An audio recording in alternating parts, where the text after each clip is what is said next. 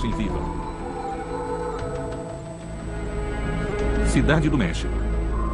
Até hoje, a imagem da Virgem de Guadalupe surpreende o mundo com seus enigmas.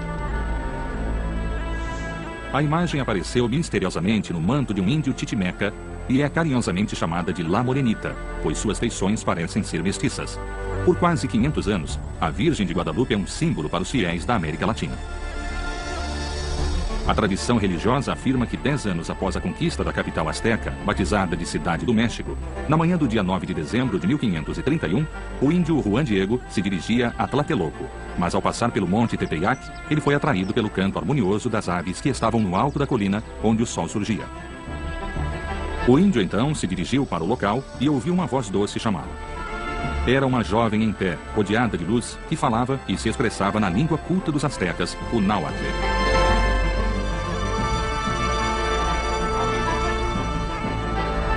E aí a Virgem disse: Juan Diego, eu te rogo, te suplico, eu, a Virgem Maria, Mãe do Deus querido para quem nós todos vivemos, o Criador do homem, dono de tudo o que existe, Senhor do céu e da terra, eu te envio ao bispo.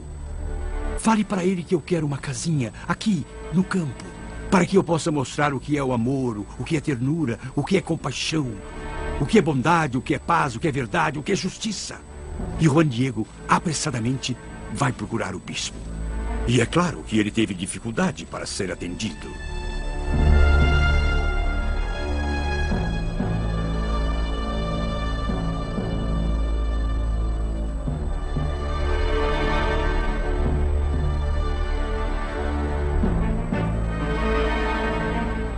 O bispo o recebeu, não acreditou e disse: volte depois, que eu te escuto com mais calma. E Juan Diego retornou desconsolado.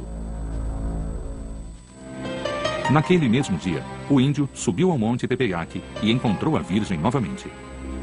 Ele lhe pediu humildemente que mandasse alguém mais importante do que ele, com mais credibilidade, mas Maria respondeu: procure o bispo de novo amanhã. Vá e diga que eu quero uma casinha, um santuário, um templo para mim. E Juan Diego, no dia seguinte, que era um domingo, foi procurar o bispo de novo à tarde.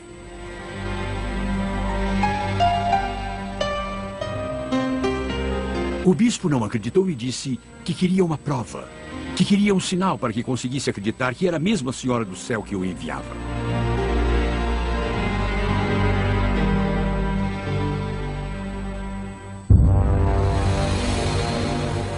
Juan de Zumárraga, que era o primeiro bispo da Cidade do México, ordenou que alguns monges seguissem o índio.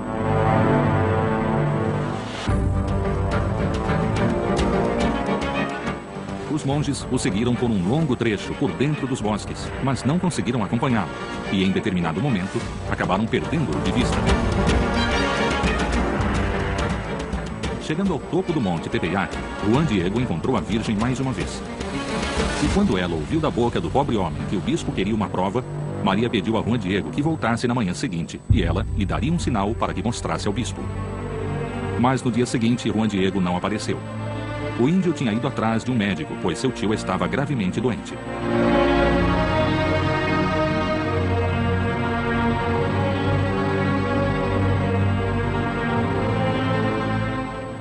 Ele tinha prometido a si mesmo procurar a Virgem no dia seguinte, mas, para sua surpresa, ela foi ao encontro dele.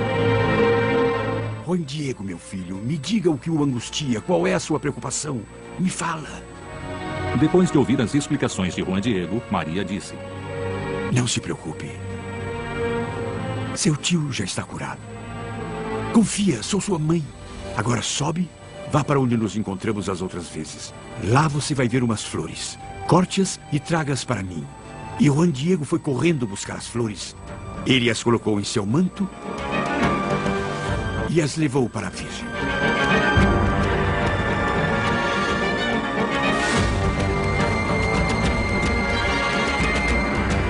A Virgem viu as flores, as tocou, as arrumou e disse: agora leve para o bispo e entregue essas flores somente a ele.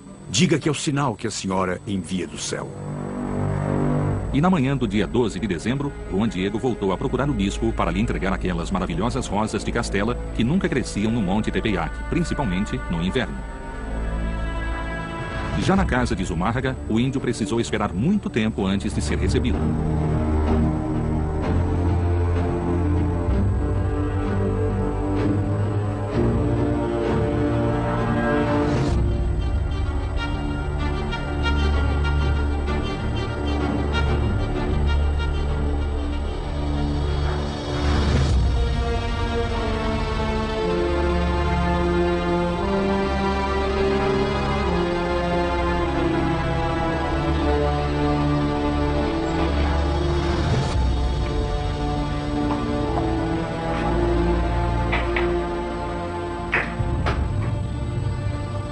Quando se encontrou com o bispo, Juan Diego contou sua conversa com Maria e abriu um manto para lhe mostrar as flores. Naquele instante, sobre o tecido pobre, surgiu a imagem de Maria. Então, o bispo e todos os presentes caíram de joelhos diante do prodígio.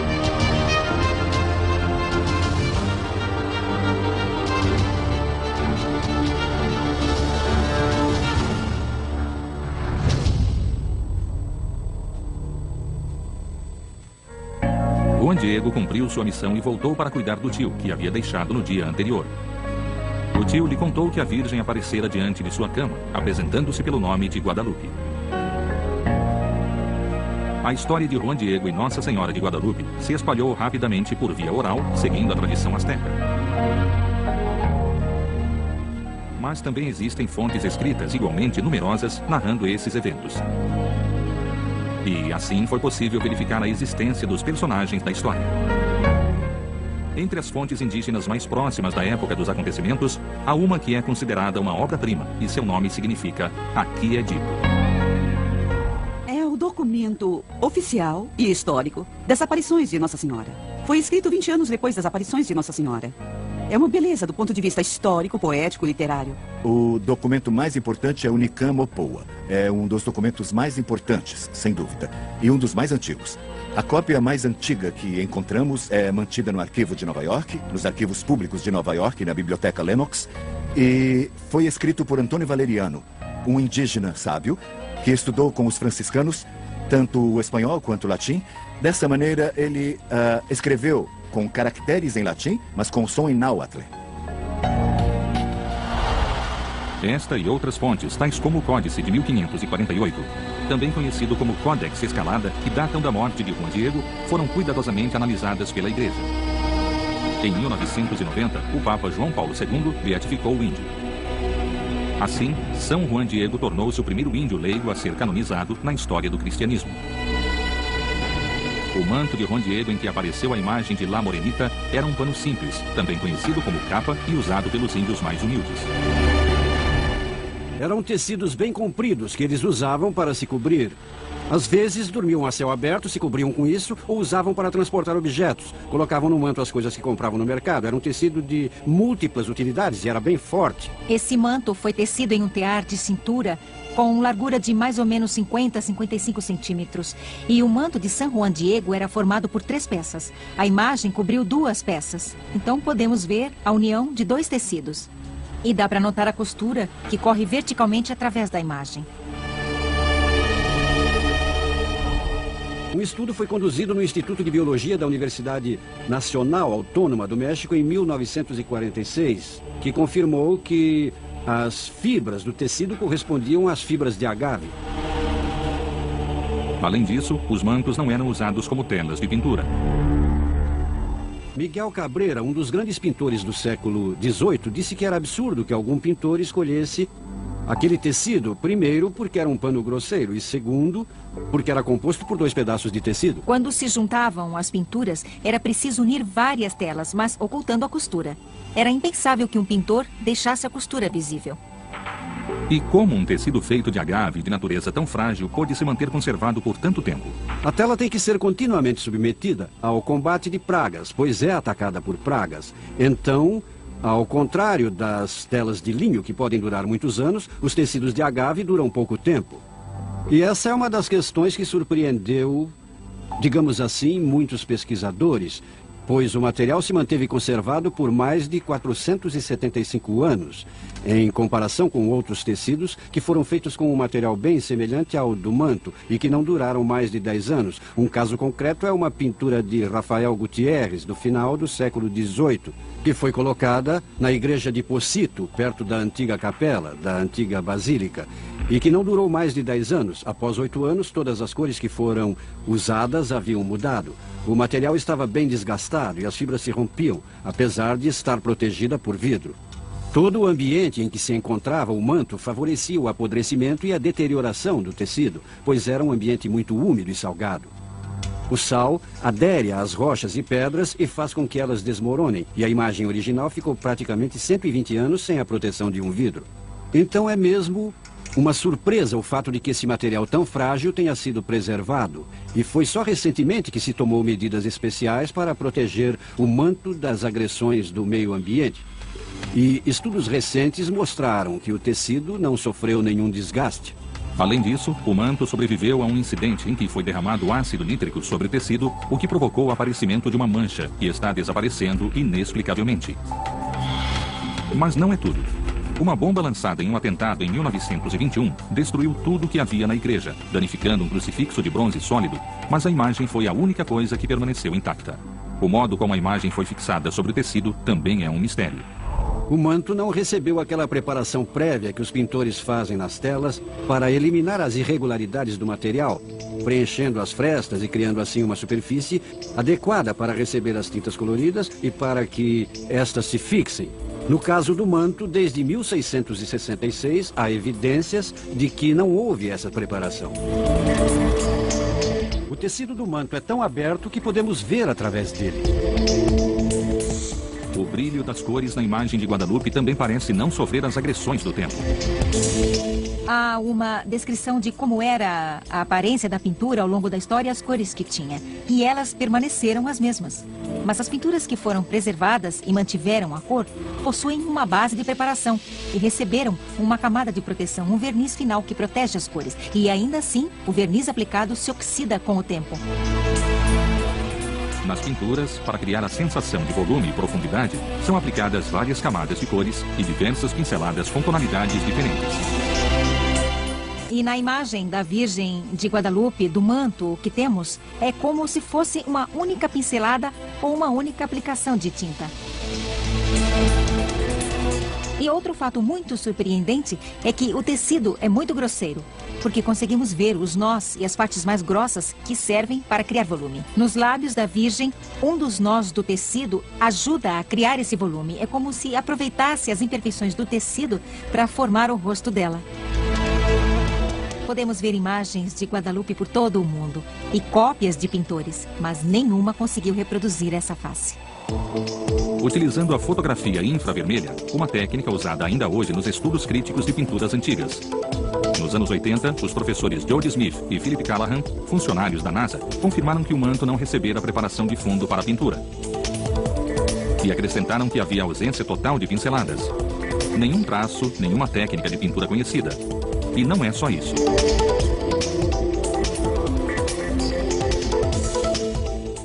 O Dr. Callahan conclui, depois de realizar os estudos, primeiro que não podia determinar o tipo de pigmento usado. Ele ficou surpreso com a preservação dos pigmentos depois de tanto tempo. E também ficou surpreso com o fato de que o manto não sofrera agressão nenhuma da fumaça e da radiação vinda das velas que eram acesas diante da imagem. A descoberta de Callahan confirmava os resultados da análise química anterior do manto.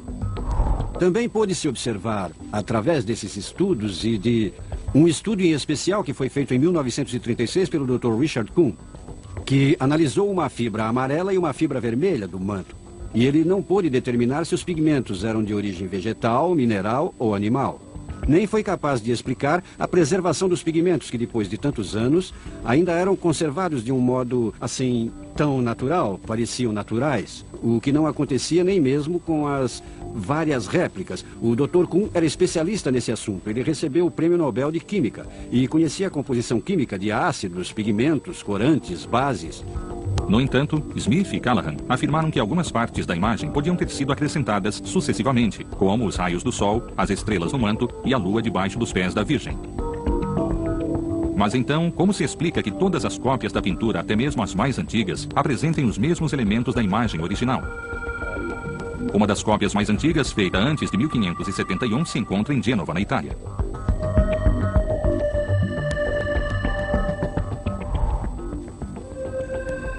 Esta imagem chegou à Itália pelas mãos de Filipe II, o rei da Espanha, que a ganhou de presente do segundo bispo da cidade do México. Filipe II, por sua vez, a deu a seu almirante de frota, que era um genovês, Andrea Doria. Diz a tradição que Andrea Doria levou a imagem e a colocou na galera principal da frota católica, na Batalha de Lepanto, em que o cristianismo derrotou os turcos. Nos anos 70, o padre Mário Rojas, um grande conhecedor do povo asteca, mostrou que a imagem de Guadalupe era um verdadeiro códice mesoamericana repleto de símbolos da cultura náhuatl. Tudo o que aparece na imagem de Nossa Senhora tem um significado.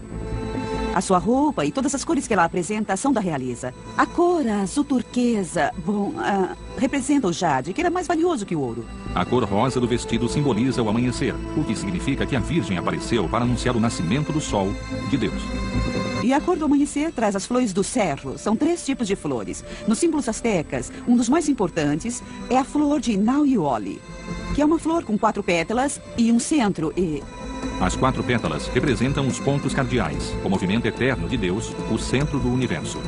E isso, para os astecas, significava que aquilo era o mais importante que ela tinha.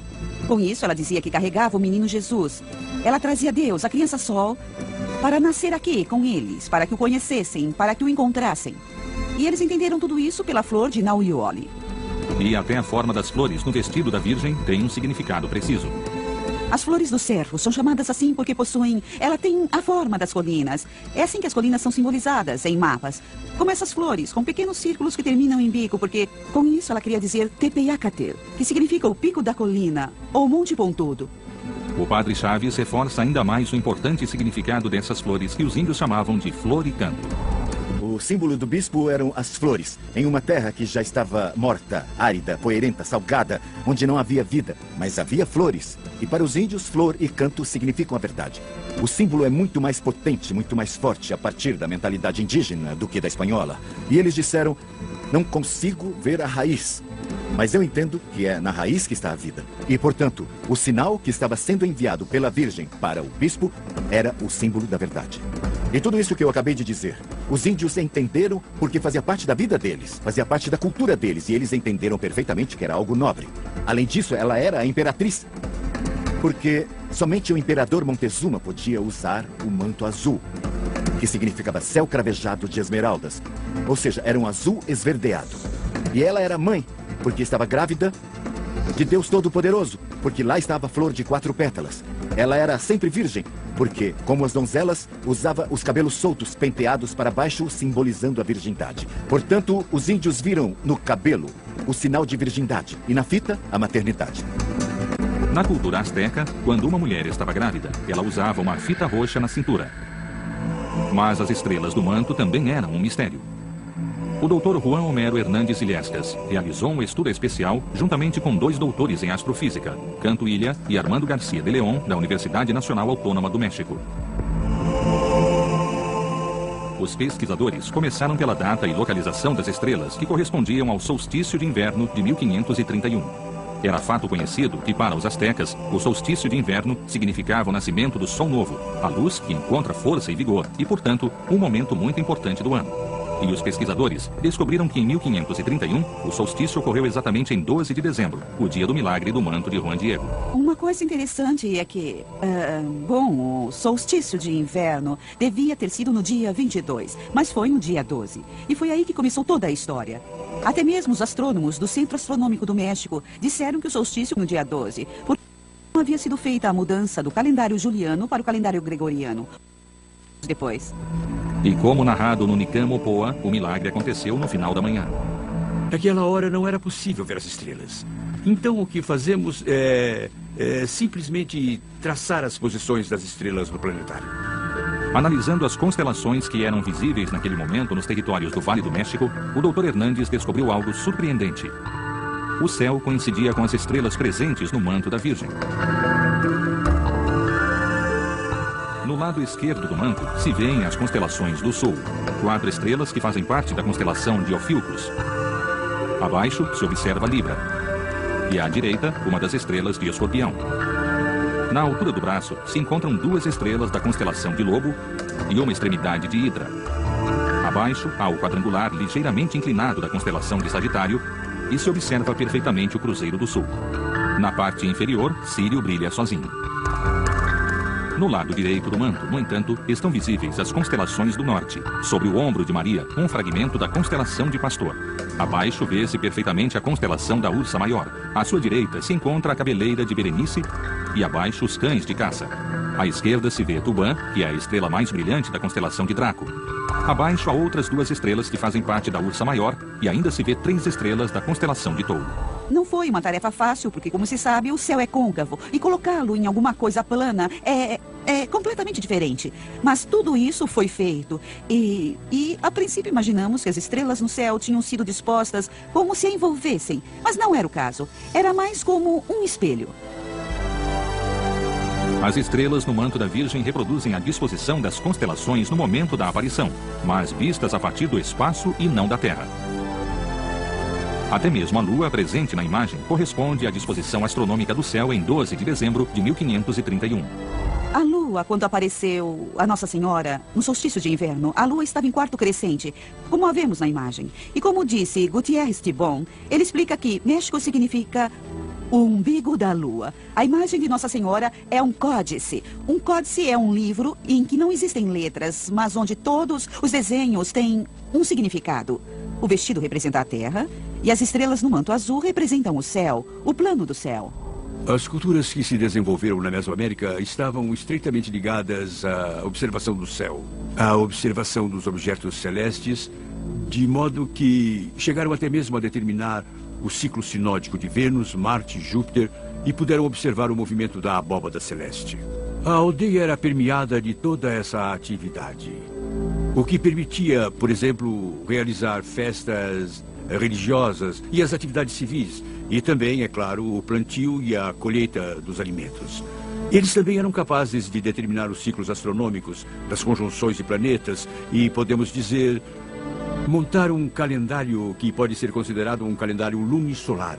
Ou seja, estava relacionado aos ciclos do Sol, aos ciclos da Lua e também aos ciclos de Vênus. O ano de 1531 foi um ano muito especial na complexa cosmogonia azteca. De fato, o solstício de inverno ocorreu sob a conjunção do Sol com Vênus, um evento astronômico registrado a cada 104 anos e de extraordinária importância para os astecas, porque representava o início de uma nova era. Os astecas já haviam previsto que naquele ano se iniciaria uma nova era. No calendário de pedra, que é o calendário solar ou o calendário dos astecas, se inicia uma nova era na casa 13, que é em 1531.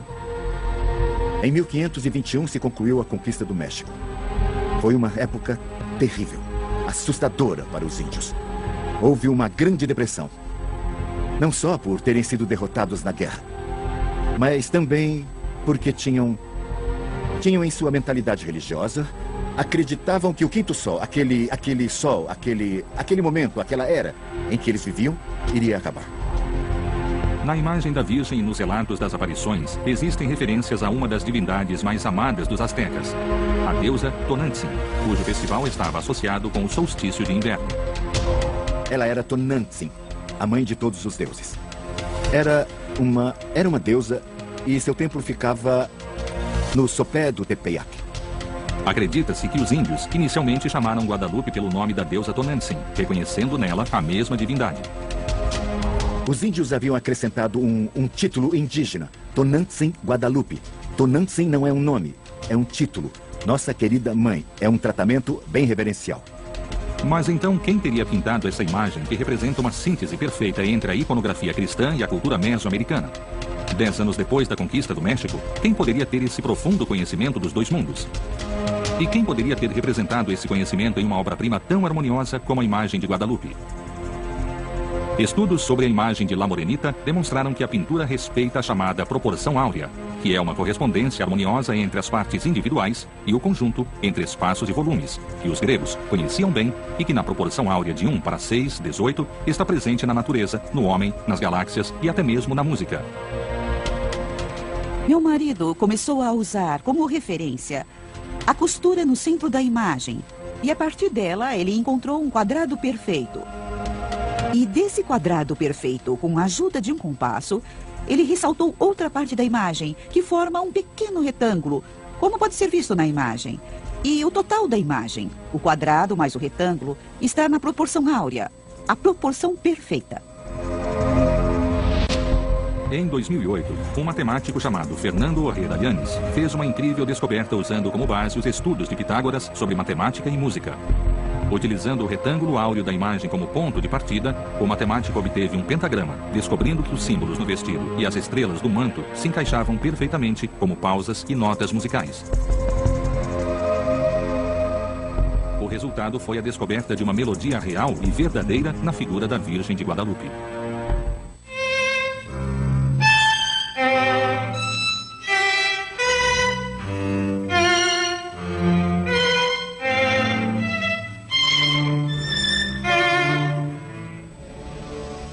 Mas as maravilhas que rodeiam a Virgem de Guadalupe não acabam por aí.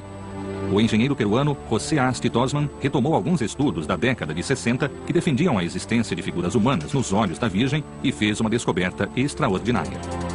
Para fazer este estudo, utilizei a tecnologia que havíamos usado no centro em que eu estava trabalhando, que é conhecida como processo de imagem digital. É a mesma tecnologia que a NASA utiliza para estudar as imagens enviadas do espaço. Muitas instituições também utilizam essa tecnologia para estudar imagens microscópicas, por exemplo. Na verdade, no centro em que eu trabalhava na época, estávamos fazendo um estudo com imagens de satélite do México. E na maioria das imagens, eu utilizei quadrados ou pixels, que são os elementos da imagem, de 25 por 25 microns ou milésimos de milímetros. Isso quer dizer que em 1 milímetro quadrado, ou seja, em 1 milímetro por 1 milímetro, havia 1.600 pontinhos. Então nós fizemos ampliações que aumentavam até 2.000 vezes, em alguns detalhes muito específicos. E se falarmos cronologicamente, digamos que a primeira coisa que eu descobri e que chamou a minha atenção foi um índio que aparece sentado, com as pernas cruzadas, que era como os astecas se sentavam na época. E há muitos detalhes. O índio que aparece sentado tem uma argola na orelha, e a espessura dessa argola é menor do que a de um fio de cabelo. O professor também identificou a suposta figura do bispo e que corresponde perfeitamente a algumas pinturas da época em que aparecem imagens de Juan de Zumárraga.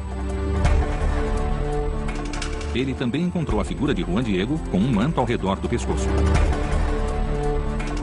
Logo, eu encontrei algo que me chamou a atenção, que era uma mulher da raça negra, e mais tarde descobri que ela estava na história. E também encontrei ao lado da figura do bispo as características de um jovem com traços da raça branca, e mais tarde também descobri que ele poderia ser o tradutor. Sabemos que Zumárraga precisava de um tradutor quando falava com os índios. E sabemos o nome dele. Ele era um jovem. Ele se chamava Juan González. As últimas figuras que Tosman descobriu pertencem a um grupo familiar. Mãe, pai, 2 filhos e um casal de adultos, em que a mulher leva uma criança nas costas. No total, são 13 figuras humanas encontradas nos olhos de Guadalupe. Segundo as leis de Purkinje-Sanson, quando os nossos olhos refletem alguma coisa, podem se formar até 3 imagens do mesmo objeto. Quando olhamos para algo, as nossas córneas atuam como 2 espelhos, são 2 cristais, digamos assim, que refletem o que está diante de nós. E não é a mesma imagem, quer dizer, a mesma dimensão nos 2 olhos, porque eles estão separados. E, na verdade, é por isso que vemos em 3 dimensões, pode-se dizer. Nos olhos da Virgem, encontramos 13 imagens.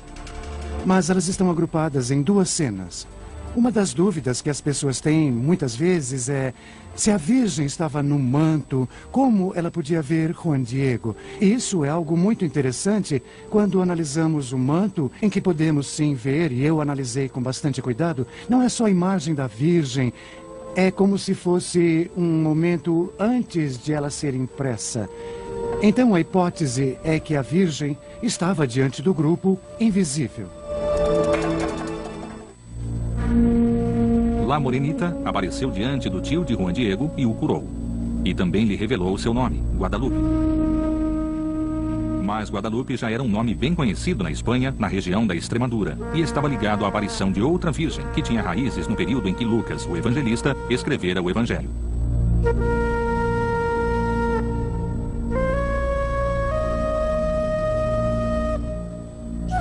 Sem ter conhecido Jesus pessoalmente, São Lucas conversava com aqueles que tiveram a oportunidade de ouvi-lo ou encontrá-lo, reunindo seus testemunhos.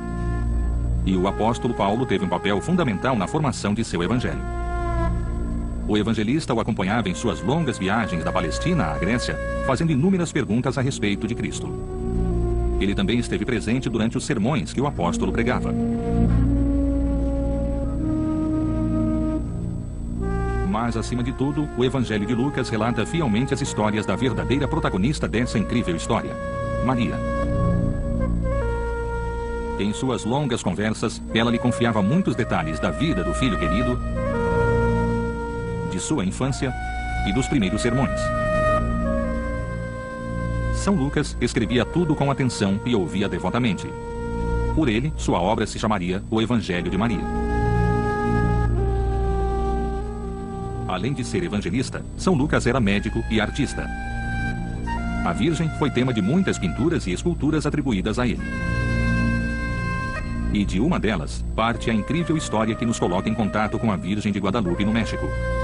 É uma estatueta representando a Virgem com um menino e que foi colocada ao lado do corpo de São Lucas quando ele morreu em Tebas. Mas como essa estátua saiu da Grécia e chegou à região da Extremadura, na Espanha? Acredita-se que a estátua tenha sido levada de Tebas a Constantinopla, junto ao caixão de São Lucas, por ordem de Constâncio, imperador do Oriente, em 357 d.C. Com uma grande procissão, o caixão de São Lucas foi levado à igreja, com toda a corte imperial.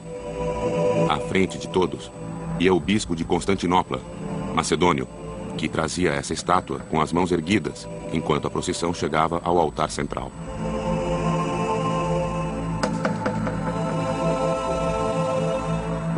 Mais tarde foi revelado que a estátua havia sido um presente do imperador do Oriente, Maurício, ao futuro Papa Gregório Magno, quando este ainda fazia parte da corte imperial como embaixador do pontífice. Quando Gregório voltou a Roma, tinha duas imagens da Virgem. Uma era em forma pictórica, a outra era a estátua de madeira que ele levara consigo para Célio. Em 590 d.C., Gregório foi eleito Papa. Mas a estátua de São Lucas não permaneceu por muito tempo em Roma. Gregório decidiu dar a estátua a um grande amigo, um homem de muita espiritualidade e grande inteligência, que era Leandro, bispo de Sevilha.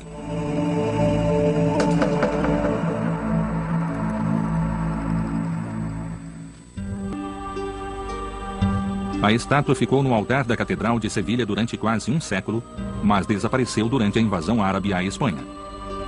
Diz a tradição que alguns clérigos a levaram para um local seguro. Eles a colocaram em uma bolsa e fugiram para o ocidente, percorrendo a antiga estrada romana, a Rua dos Lusitanos, que atravessava Portugal de norte a sul. Eles se detiveram em Mérida por algum tempo e depois continuaram a fugir dos invasores. Assim chegaram a Cáceres, no centro da Extremadura. Lá, seguiram um riacho até chegar ao limite do bosque, onde se detiveram. Decidiram que ali era o lugar certo para esconder a estátua. Cavaram um poço, retiraram a estátua da bolsa e a olharam com devoção, sabendo que nunca mais a veriam. Voltaram a colocá-la na bolsa e a enterraram.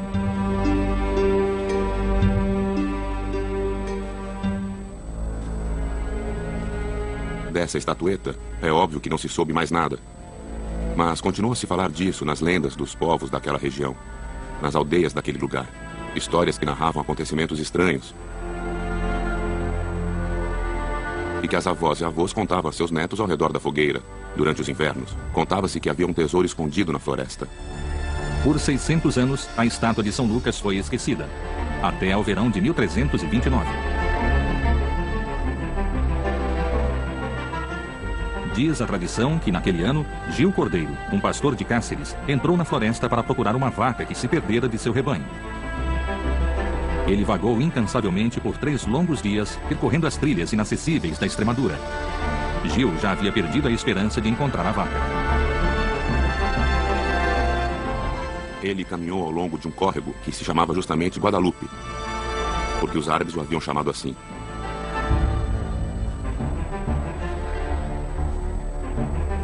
E em uma pequena clareira, ele finalmente encontrou a vaca, caída no chão, morta. Ele se aproximou da vaca apenas para remover a pele e utilizar o couro, mas quando se abaixou ao lado da vaca, ela ficou em pé, viva e saudável. E só então, no meio de uma luz brilhante, ele viu a Virgem Maria.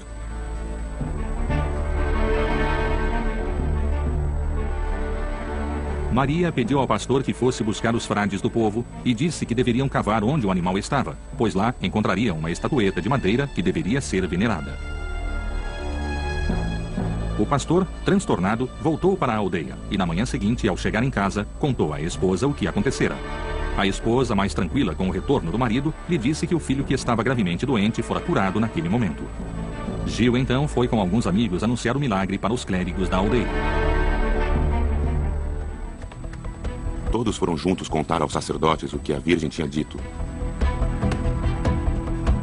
E eles destacaram principalmente uma frase que a Virgem dissera: que aqui seja construída uma pequena casa onde todos os pobres que aparecerem recebam pelo menos uma refeição por dia.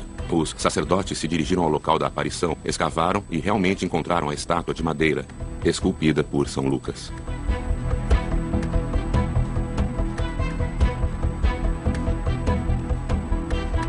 E naquele lugar, à margem do rio Guadalupe, foi construída uma capela que logo se tornou um lugar de devoção e morada para os mais pobres.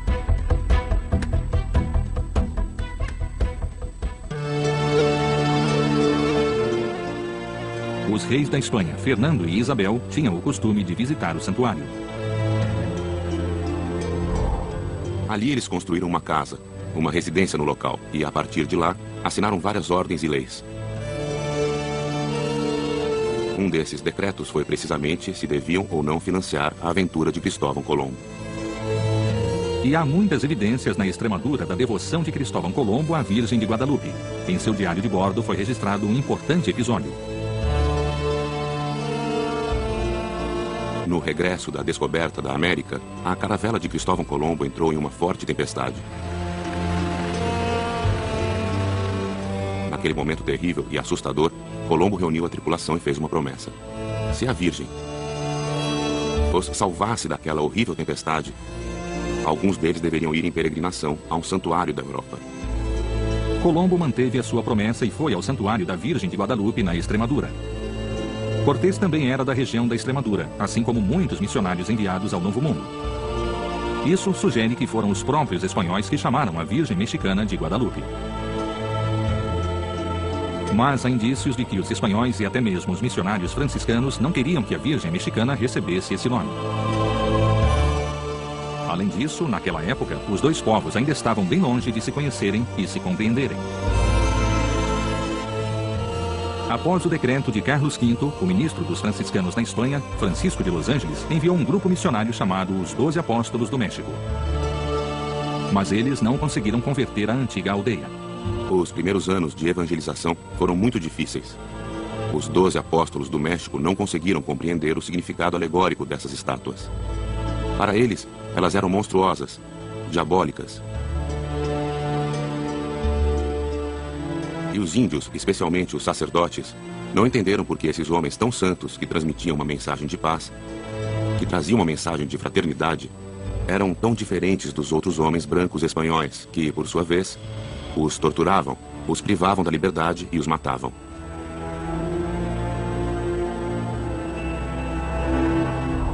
É evidente que uma evangelização assim era impossível. Era impossível e titânica. Imaginem que antes de 1531 havia cerca de 35 missionários franciscanos pouquíssimos dominicanos e alguns padres diocesanos para realizar essa tarefa monumental com uma multidão de cerca de 23 milhões de índios. O resultado disso foi que os espanhóis entre si se matavam, roubavam e cometiam injustiças terríveis e graves entre eles. O próprio Zumárraga foi vítima de um atentado por parte da primeira audiência, que era o governo espanhol no México, e escreveu ao rei Carlos V contando a trágica realidade da colônia. Essa referência ao bispo é muito importante, é um ponto-chave para mim. E era um bispo espanhol. Ou seja, a Virgem de Guadalupe vinha pelos indígenas que estavam na tragédia da conquista, da enfermidade, com o seu mundo desmoronando. E vinha pelos espanhóis que estavam se destruindo entre si, que estavam até tentando mesmo matar o seu próprio bispo. Ela veio para resolver os problemas de todos, não somente dos povos indígenas, mas também se dirigia aos espanhóis e aos mestiços nascidos aqui. E nela se irmanaram dois grandes povos que eram humanamente irreconciliáveis, com visões diversas, diferentes, com cosmogonias distintas, com concepções diferentes de Deus, do homem, da natureza. Com certeza, em Maria nos unimos, em Maria nos integramos. O alcance da mensagem que a Virgem de Guadalupe incorporou à sua própria imagem foi enorme na América Latina. Guadalupe chegou para dar dignidade e proteção a todos, personificando em si, através dos traços mestiços, o nascimento de uma nova raça, fruto da unidade e da integração. E é por isso que Guadalupe se tornou o símbolo do povo mexicano, que surgiu de uma união inicialmente muito violenta. Ela tem uma espécie de futurismo, não é? Porque os primeiros mestiços nasceram só depois de 1521 e ela fez uma aparição em 1531. A imagem de La Morenita é o único exemplo de interculturalização perfeita existente na história. Porque Maria tocou o coração dos índios, que compreenderam através de sua imagem que podiam confiar nela. E tocou o coração dos espanhóis, que a reconheceram, compreendendo a dignidade dos povos indígenas, que ela vinha ensinar através da representação dos símbolos dessa cultura. Tudo isso teve um impacto incrível. Está nos anais da história que, após todas as aparições, milhões de pessoas foram batizadas. Não milhares, milhões. A aparição da Santíssima Virgem ajudou imensamente no projeto catequizador, que naquele momento enfrentava dificuldades extremas. Era óbvio que em condições tão difíceis houve, digamos assim, um fator externo inexplicável que contribuiu com essa grande conversão que ocorreu na população do México. E esse fator externo foi a Santíssima Virgem, é no que acreditamos. A imagem de Guadalupe parece ter o que chamamos de dom de línguas, isto é, ela fala a cada um em seu próprio idioma. Aos cientistas fala pela ciência, aos historiadores pela história, aos antropólogos pela antropologia. E ao longo da história podemos imaginar que nas aparições do século XVI, ela tenha falado aos índios através dessa imagem, que para eles era um códice. Para os índios a imagem era um modo de se comunicar. E eles leram nessa imagem uma série de mensagens, uma mensagem de amor. Foi assim que o manto de um pobre índio, com características excepcionais, mudou a história dos povos da América Latina.